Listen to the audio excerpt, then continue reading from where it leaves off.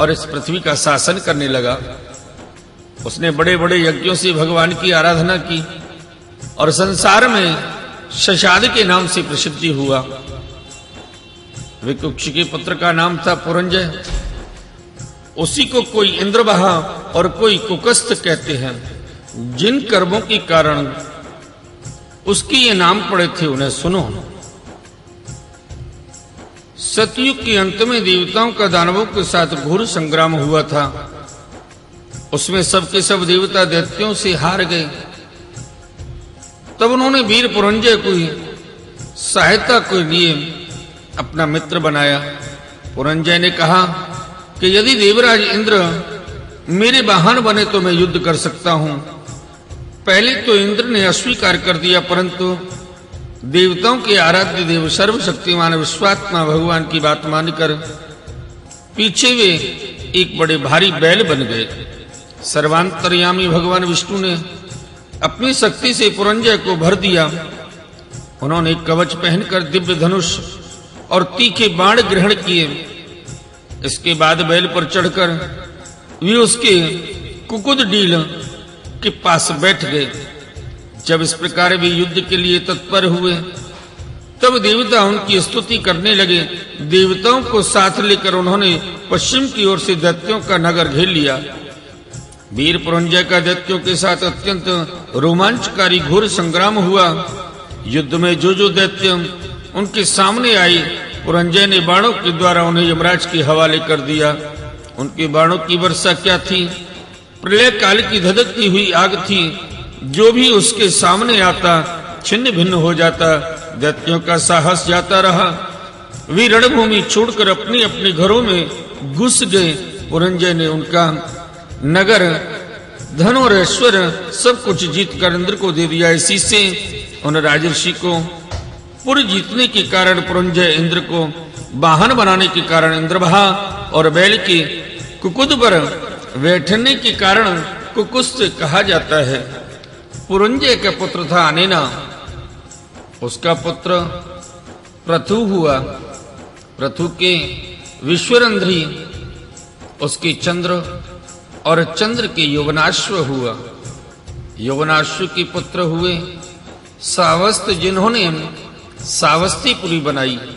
सावस्त के बृहदश्व और उसके कुबलायाश्व हुए। ये बड़े बली थे। इन्होंने उतंग ऋषि को प्रसन्न करने के लिए अपने 21,000 पुत्रों को साथ लेकर धुंधु नामक दैत्य का वध किया। इसी से उनका नाम हुआ धुंधुमार। धुंधु दैत्य के मुख की आग से उनके सब पुत्र जल गए। केवल 3 ही बचे हैं। परीक्षित बचे हुए पुत्रों के नाम थे दृढ़ाश्व, कपिलाश्व और भद्राश्व। दृढ़ाश्व किससे? हर्यश्व, और उससे निकुंभ का जन्म हुआ। निकुंभ के वर्णाश्व, उसके कृशाश्व, कृशाश्व के सैन्यजित और सैन्यजित के यौवनाश्व नाम का पुत्र हुआ। यौवनाश्व संतानहीन था, इसलिए वह बहुत दुखी होकर अपनी 100 स्त्रियों के साथ वन में चला गया। वहां ऋषियों ने बड़ी कृपा करके यौवनाश्व से पुत्र प्राप्ति के लिए बड़ी एकाग्रता के साथ इंद्र देवता का यज्ञ कराया। एक दिन राजा यौवनाश्व को रात्रि के समय बड़ी प्यास लगी। वह यज्ञशाला में गया, किंतु वहां देखा कि ऋषि लोग तो सो रहे हैं।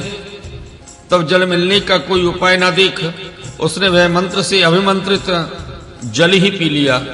परीक्षित, जब प्रातःकाल ऋषि लोग सोकर उठे और उन्होंने देखा कि कलश में तो जल ही नहीं है, तब उन लोगों ने पूछा कि यह किसका काम है? पुत्र उत्पन्न करने वाला जल किसने पी लिया? अंत में जब उन्हें यह मालूम हुआ कि भगवान की प्रेरणा से राजा यौवनाश्व ने ही उस जल को पी लिया है, तो उन लोगों ने भगवान के चरणों में नमस्कार किया और कहा, धन्य है, भगवान का बल ही वास्तव में बल है। इसके बाद प्रसव का समय आने पर यौवनाश्व की दाहिनी कोख फाड़कर उसके एक चक्रवर्ती पुत्र उत्पन्न हुआ। उसे रोते देख ऋषियों ने कहा, यह बालक दूध के लिए बहुत रो रहा है, अतः किसका दूध पिएगा? तब इंद्र ने कहा, मेरा पिएगा। माधाता, बेटा तू रो मत, यह कहकर इंद्र ने अपनी तर्जनी अंगुली उसके मुंह में डाल दी। ब्राह्मण और देवताओं के प्रसाद से उस बालक के पिता यवनाश्य की भी मृत्यु नहीं हुई। वह वहीं तपस्या करके मुक्त हो गया। परीक्षित, इंद्र ने उस बालक का नाम रखा ऋतदश्व, क्योंकि रावण आदि दस्यु लुटेरे उससे उद्विग्न एवं भयभीत रहते थे। यवनाश्व के पुत्र मानधाता ऋषदश्व चक्रवर्ती राजा हुए। भगवान के तेज से तेजस्वी होकर उन्होंने अकेले ही 7 द्वीपों वाली पृथ्वी का शासन किया। वे यद्यपि आत्मज्ञानी थे, उन्हें कर्म कांड की कोई विशेष आवश्यकता नहीं थी, फिर भी उन्होंने बड़ी बड़ी दक्षिणा वाले यज्ञों से उन यज्ञ स्वरूप प्रभु की आराधना की, जो स्वयं प्रकाश सर्वदेव स्वरूप सर्वात्मा एवं इंद्रियातीत हैं। भगवान के अतिरिक्त और है ही क्या। यज्ञ की सामग्री, मंत्र, विधि विधान, यज्ञ यजमान, ऋतिज्ञ, धर्म, देश और काल, यह सब का सब भगवान का ही स्वरूप तो है। परीक्षित, जहां से सूर्य का उदय होता है और जहां वे अस्त होते हैं, वह सारे के सारा भूभाग यवनाश्व के पुत्र मानधाता के ही अधिकार में था।